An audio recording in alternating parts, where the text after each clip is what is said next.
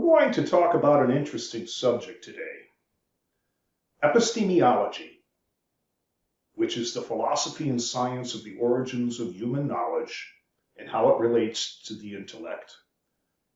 And then we're going to take a perspective on how it relates to the decisions that we make. And of course, I will wrap up with a spin on all of this with cybersecurity. So it's going to be an interesting ride. So let's buckle up and move on. So we all live in a continuum of space and time. And we all are very familiar with the linear construct where we move along the arrow of time. And there is, of course, a point of time where we're born. And then prior to that, we refer to that as the past. We'll call this our date of birth. And then we move along this linear time to another point where we call it the present.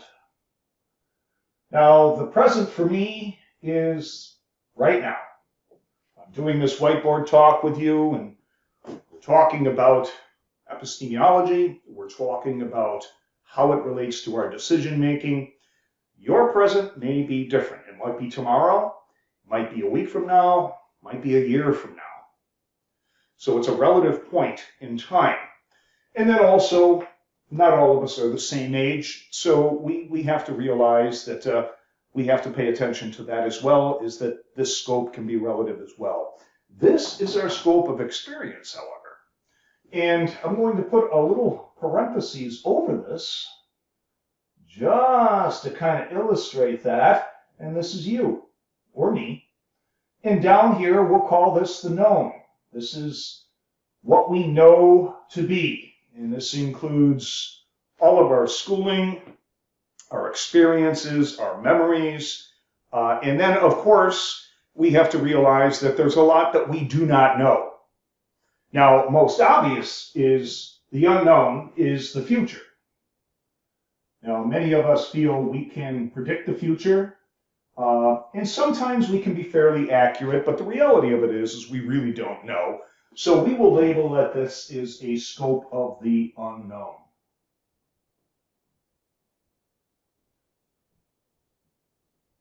And we also have to realize that there's a direct ceiling above us, and that the unknown lies above that as well, because there's only so much we can be educated. There's a lot that we don't know. So we're definitely starting to see a scope. And then obviously from a historical perspective, and this is history, context, so I'm just going to put history here. The blatant fact of it is that some people are more educated in this area than others. Some people are very good at history. I happen to be a history file. Now, I am an amateur historian. I've done a lot of education in this area, and I'm very well versed within world history, global geopolitics, and the evolution of why the world is where it is today. So we can expand our scope of knowledge here as well. But you can see that we definitely have a scope to what we know. And there's a lot we don't know. And as you can see, moving along this linear time frame, we're constantly being presented with the unknown. The last 2 years is a great example of that. If I were to tell you in 2017 that we were going to have a global pandemic and the world economy was going to shut down and there would be vaccine mandates and mask mandates, and you'd look at me and you'd say, Ed, you're a little crazy. But it's all transpired. The fact is that we're moving into the unknown. Okay, now every morning when we get up, we're very tempted to think it's a routine, and every day is going to be the same as the next. But the reality of it is not that case. It actually is exactly the opposite. Every day is novel, every day is unique, and every day has new experiences that we come across. And that brings us to the fact of novelty. So when we come across something that's new, which obviously we're always doing that given the chart above, so now we come across to the fact of something that is novel. We've never seen it before. It might be a new animal. It might be a new experience that we're having. It might be a new meal. And that is novelty. And novelty, as the saying goes, is the spice of life. Now, when we run across something novel, we basically react in a way that we say, well, let's investigate this.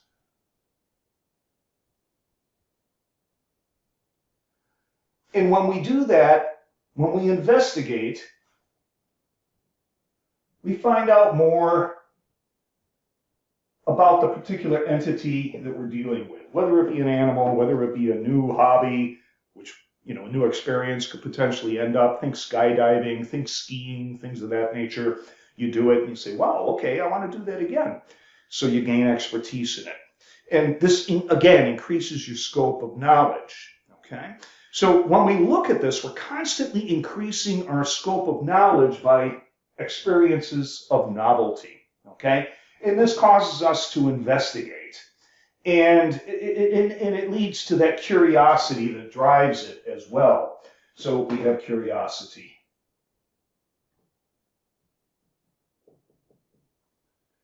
And these two kind of feed on one another. But keep in mind that it's done in a rational context. When we're doing this, we're investigating, we're analyzing, we're looking at the situation, we're reacting rationally with our minds, okay? But the fact of the matter is novel events actually can work in an equation. I just want to show this now, is that we can come across a novel event and we could deem it as a threat. And when we deem something as a threat, we react a little differently than this side of the equation. So when, let's say we come across a new animal and then suddenly we discover that it's aggressive or it's dangerous. And okay, we change our attitude. Let's say that we're in a situation and we're in an experience and suddenly we discover that it's not safe. We react in a different manner. And that's the key word. I do want to say react because I'm going to come to that in a couple minutes. So when we see a threat, we obviously move towards an aspect of fear. And fear is not rational. Okay, it's not. You're still thinking, but it's not a rational mode of thought. It tends to be emotional.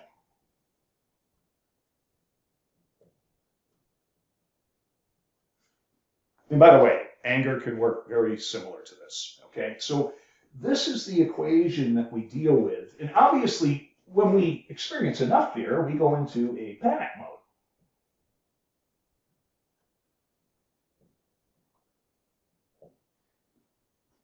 And that's never fruitful, okay? Now, there's reasons why we have these instincts for survival, but if we reflect on it, we're much better off sticking with our intellect and trying to stay on this side of the equation. Now, in the middle, I'm going to draw a sinusoidal line because the reality of it is that different people are different sides of the equation depending on the subject. And I'm going to use a good humorous story. And by the way, I have a permission from my friend to do this as long as I don't give his last name, he said. So when we were young, probably about 17, maybe late 16, we were walking in the woods. We used to hike in the woods all the time. And it was an early summer day or late spring, and it was cool, very cool out, maybe in the low 60s, high 50s, and but it was a bright sunny day. So we were walking down the trails and enjoying the spring or early summer. And we came across or I came around the corner first, and I came across a black racer, which is a type of snake. And it was coiled up on a rock, sunning himself. And he obviously went to scoot away, but I was quick enough and I was able to pick him up. And so I grabbed the snake and I picked him up ideally too, right behind the head, and then I had the rest of his body. He was about 3 feet long. And I didn't want to hurt him. So I was like, wow, look at this. And two of my buddies came over, Mark and Stan, And they were like, wow, that's gorgeous. And it was a black snake, obviously a black racer. But when it was a bright sunny day, so as it was kind of moving about, you could see it moving from purple to blue, and it was just a gorgeous animal. Our other buddy, Paul, he came up and he looked over Mark's shoulder and he saw the snake and his eyes went like saucers. I mean, like saucers. And he started running down the trail. And the best part about it is he wasn't looking where he was running. His hands were like this, and he was saying, get that, I'm not going to use the expletives he used, but he said, get that away from me. And he kept on running. He ran right into a tree, even though we called him, said, Paul, stop. He kept on running, and he ran right into a tree. And so that is a very visible dichotomy between the way myself, Mark, and Stan were reacting in a rational fashion, dealing with a novel creature that we did not interpret as a threat. A black racer is not a threat. Lives on the shoreline of ponds, and it eats frogs and mice and things of that nature, non-venomous. They do have sharp teeth, so you want to make sure you don't get bit. But beyond that, pretty much harmless. But Paul went to this side, and once he went to this side, he panicked, and there was no way to bring him back. I literally had to let that snake go into the woods, and then finally he joined us, and then we continued on our hike. And I remembered that at the time. I thought, wow, that was a real big interpretation or delta of interpretation of what was happening. And, in my mind, Paul overreacted. But in retrospect, I look back and I thought, well, if he really does fear snakes, then there's a reason why he reacted that way. And I know Paul to this day, and his wife tells me that he knows she knows when he comes across the snake, because he starts running across the line in the opposite direction. So just a little funny story to give you the dichotomy of what can happen mentally here. Now, how does this relate to this? You might say, Ed, okay, these are all cute stories, great, but how does this relate to something that I need? Well, the point is that we have to realize that when we're in this side of the mental equation, we're able to think proactively.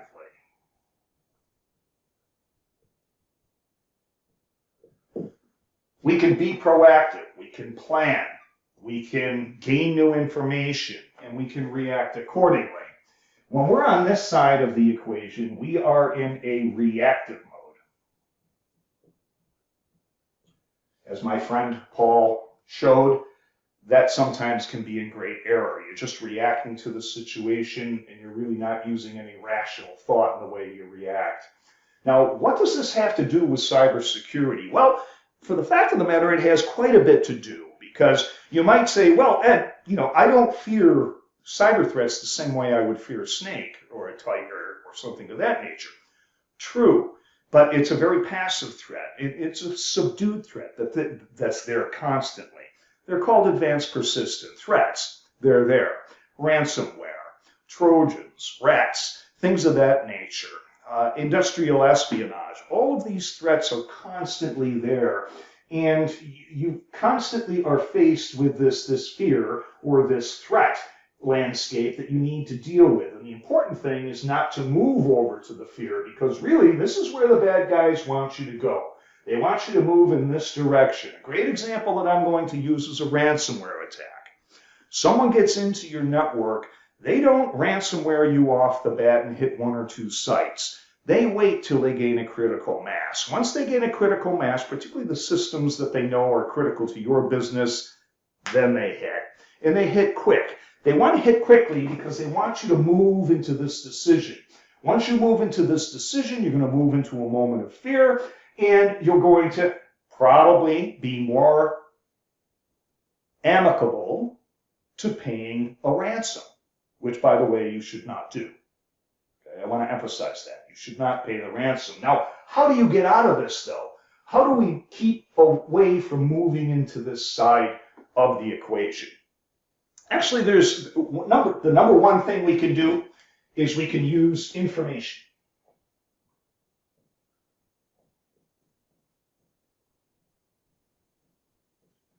The more information we have about something that we deem as a threat, the better off we're going to be in dealing with it, okay? Rather than just hiding our head in the sand, okay?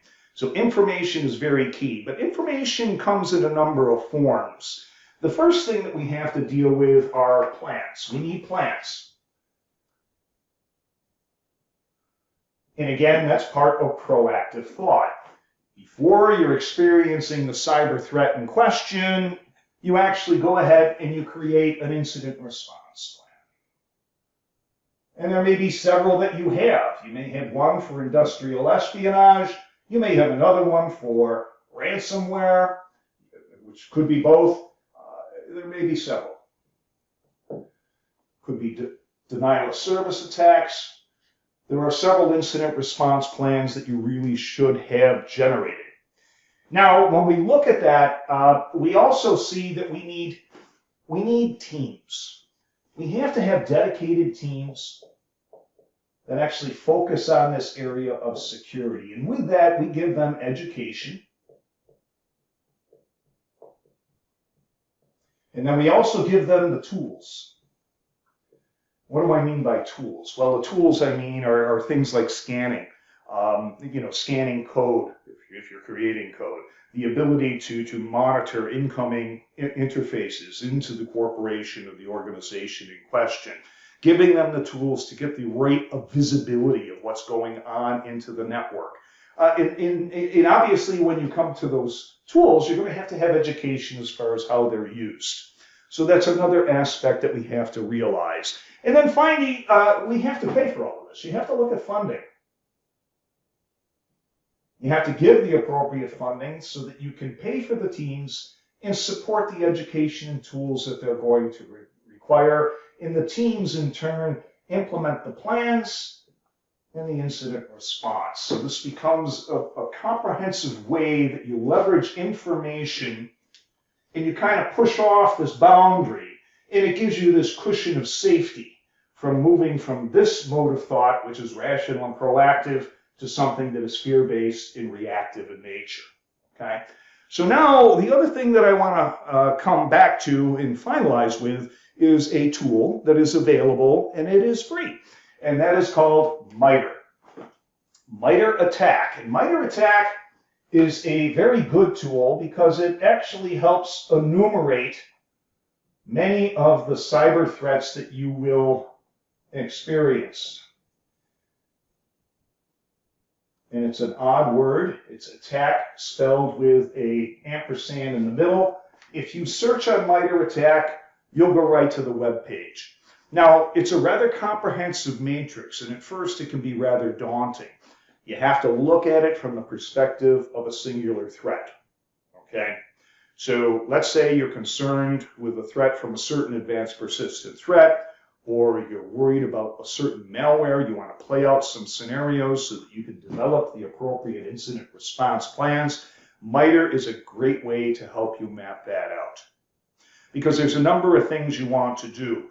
You're going to get compromised. If you somehow lie on a target list, either you get hit randomly or for some reason you become a target.